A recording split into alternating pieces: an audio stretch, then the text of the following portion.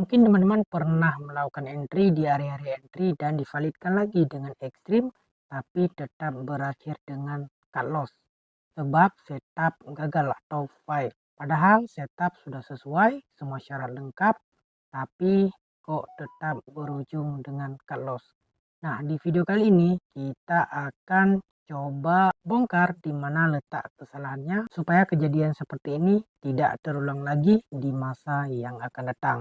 Jadi simak terus video ini sampai habis supaya tidak terjadi kesalahpahaman dan sedikiranya mendapat sedikit penambahan ilmu untuk teman-teman semua.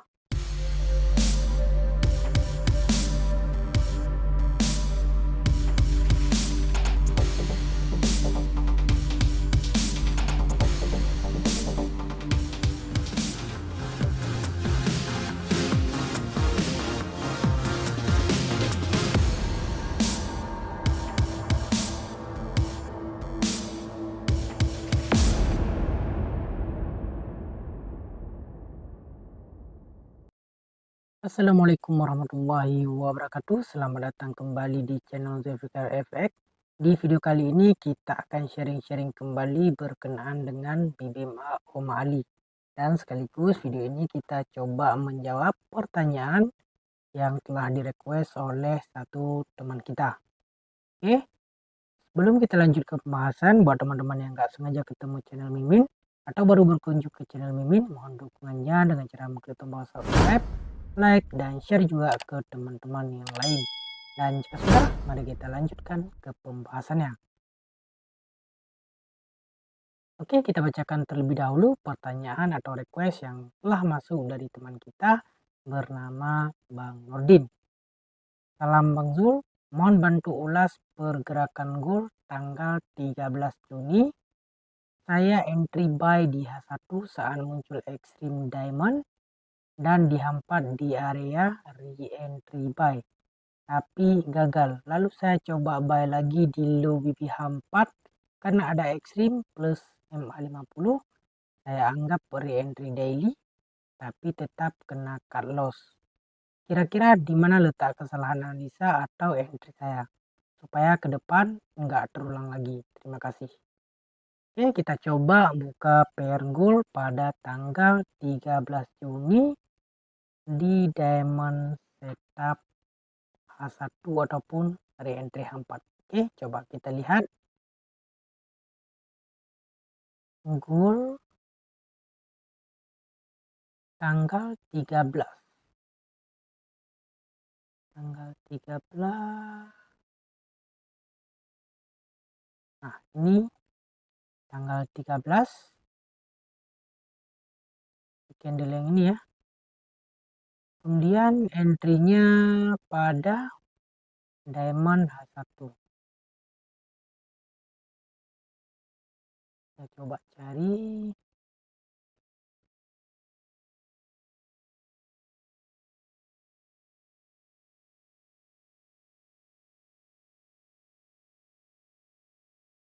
Pada 13 Juni kita tidak melihat diamond ya.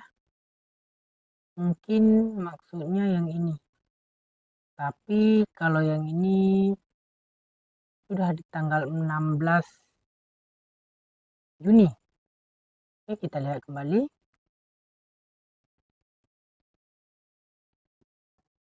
Pergerakan gold tanggal 13 Juni. Saya entry buy di H1 saat muncul Extreme Diamond. Kalau tanggal 13 Juni kita tidak melihat diamond ya. Di sini pada tanggal 13 Juni. Oke, mungkin yang dimaksud diamond di tanggal 16 di area ini ya. Coba kita lihat. Karena disebutnya juga re-entry pada 4. Oh ya benar.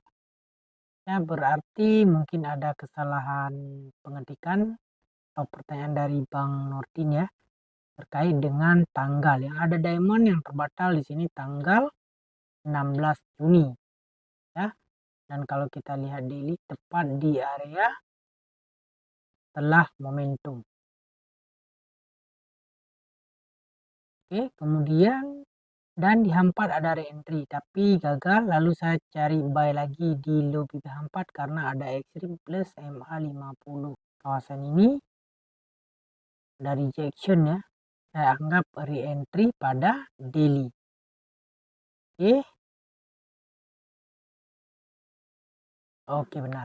Ya, kita sudah mendapatkan, walaupun mungkin ada kesilapan pada tanggal yang disebutkan oleh teman kita Bang Nordin. Oke, sekarang kita coba lihat kenapa re-entry itu terbatal. Ya, kalau kita melihat kepada H4 sebagai time frame pertama, ini kita delete dulu.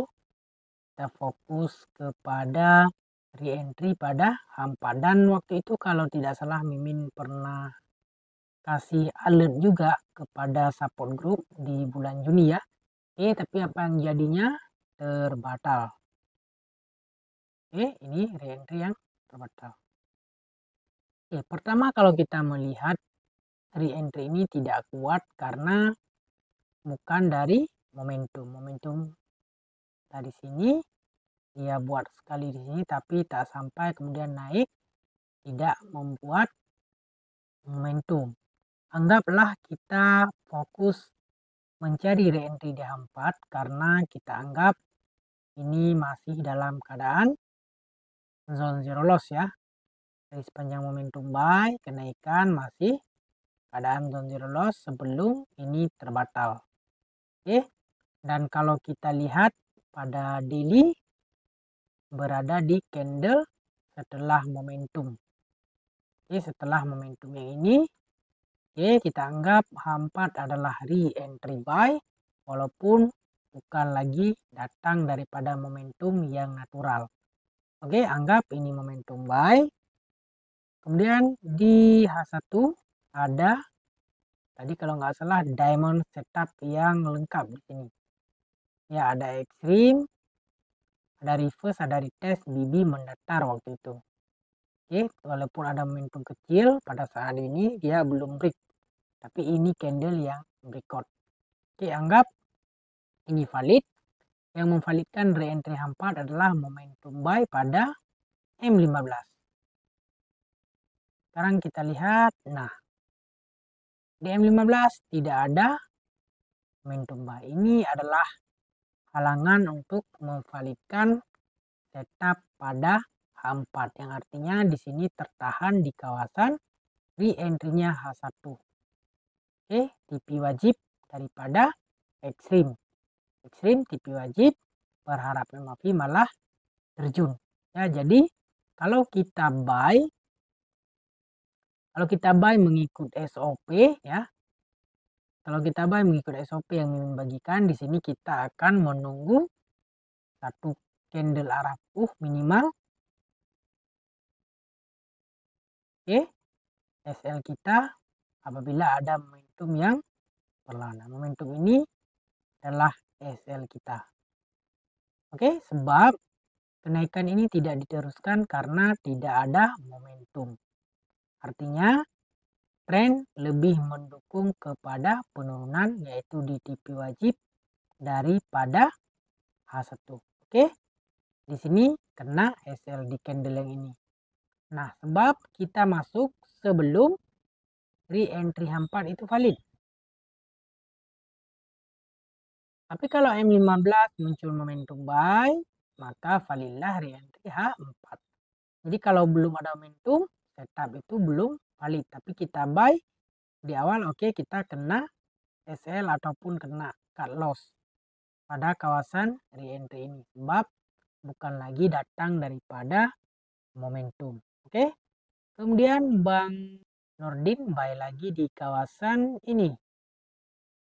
Ya, berharap re-entry-nya daily. Tak salah, ini betul. Kawasan re-entry pada daily. Nah, oke, ini kawasan re-entry buy pada daily sebelum terbatal.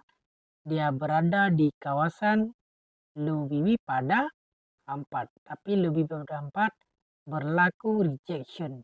Nah, di sini berlaku rejection. Keadaan BB mendatar ataupun dalam keadaan sideways.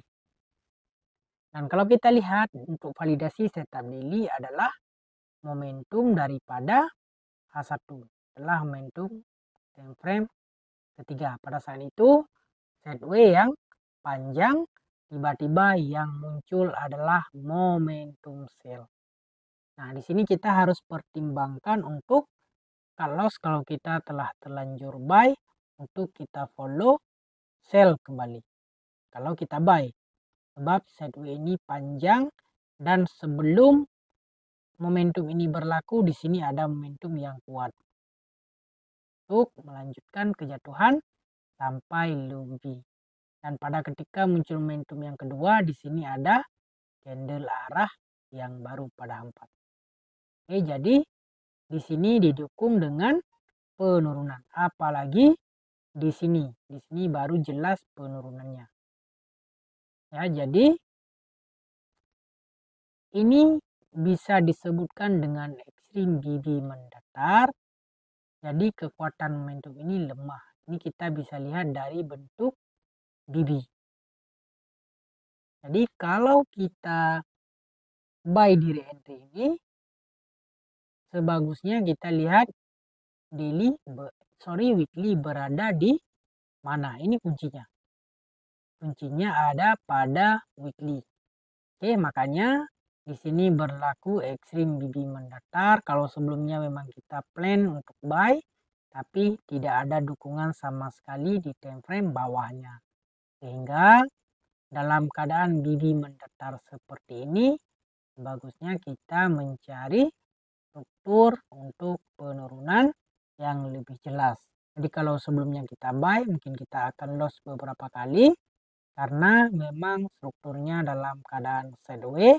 Dan kalau memang kita ikuti weekly, itu baru nampak sesuatu yang jelas. Dia akan, anggap saja ini boleh disebut arah yang baru di dalam MAV. Sekurang-kurangnya dia akan pergi ke MA bertentangan. Nah, itu sebabnya kegagalan setup berlaku mulai daripada re-entry H4 ini sampai dengan re-entry pada daily, sebab BB mendatar yang pertama, yang kedua di time frame bawahnya tidak ada dukungan. Tidak ada dukungan untuk validasi setup. Jadi setup ini berpotensi untuk turun ke lebih seperti ini.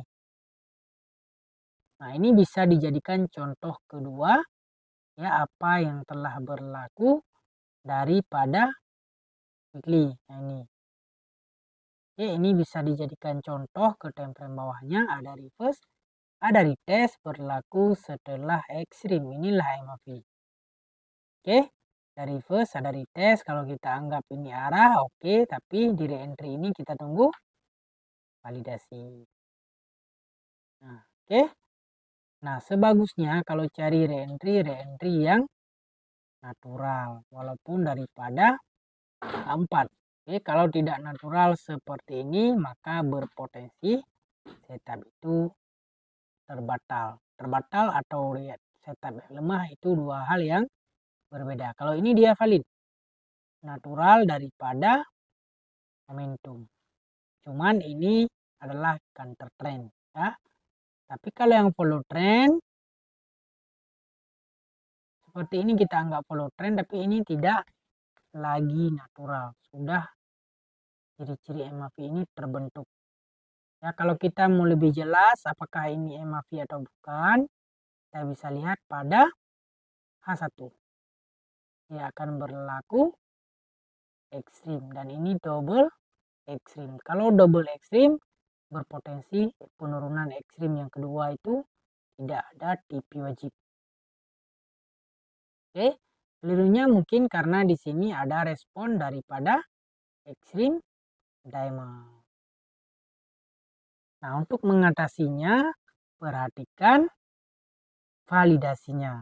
Jadi kalau kita tidak validasi, kita sudah siapkan SL kalau misalnya kita mau masuk di diamond. Nah, misalnya seperti ini pun diamond tapi tertahan di sini. Di sini pun ada beberapa pertanyaan sebelumnya. Kenapa tidak turun sampai ke lebih, padahal ini ada arah. Nah, di sini. ya, ada arah, tapi dia datang bukan lagi dari momentum seperti ini. Jadi kalau mau cari setup, cari yang lebih jelas, yang follow trend, ya. Nah, itu lebih oke. Nah, kadang-kadang di gold memang kurang jelas, ada hal-hal yang seperti ini ya. Jadi jangan paksakan harus trade di gold. Kalau mau trade di gold, cari setup yang lebih jelas, yang lebih clear. Oke, semoga sesuai ya yang pertanyaan Bang Nasruddin. Nah, cari yang jelas itu maksudnya seperti ini. Nah, misalnya di sini ada re-entry datang daripada momentum yang jelas, yang clear, dan momentum ini telah mematikan momentum sell yang ini. Oke, pada saat re-entry kita lihat time frame kedua. Nah, kebetulan waktu itu berada di kawasan NPB dan 550. Nah, ini kalau natural seperti ini, kalau di time frame 15 belum ada momentum pun, kita dapat masuk di arah. Oke, kalau tunggu momentum lebih oke lagi. Nah, tapi yang pasti time frame pertama yang kita anggap itu yang masih natural, yang lebih jelas, itu win rate-nya lebih tinggi daripada re-entry yang datang bukan daripada momentum atau re-entry yang telah berlaku beberapa kali. Cari yang jelas, cari yang clear, cari yang ikut trend yang lebih jelas. Nah, misalnya seperti ini kan trennya jelas. Seperti ini jelas. Nah, jadi time frame pertama yang seperti itu, yang searah trend dengan daily, itu lebih selamat. Oke, misalnya seperti ini.